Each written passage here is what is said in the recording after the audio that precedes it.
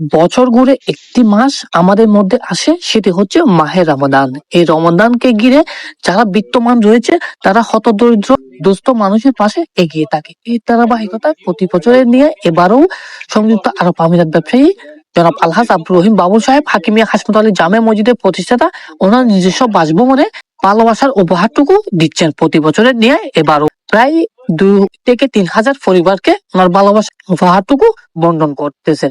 ওইখান থেকে আপনাদেরকে যুক্ত করেছি, আপনারা সকলে দোয়া করবেন এই মাহে রমজানের উসিলায় ওনার আব্বা আম্মাকে যাতে জান্নাতে উঁচু মুকাম দান করুক এবং ওনার ফ্যামিলিকে মহান আল্লাহ পাক ভালো রাখুক এবং সকলে যাতে এইভাবে আমাদের সামর্থ্য অনুযায়ী সকলের পাশে থাকতে পারে। ধন্যবাদ।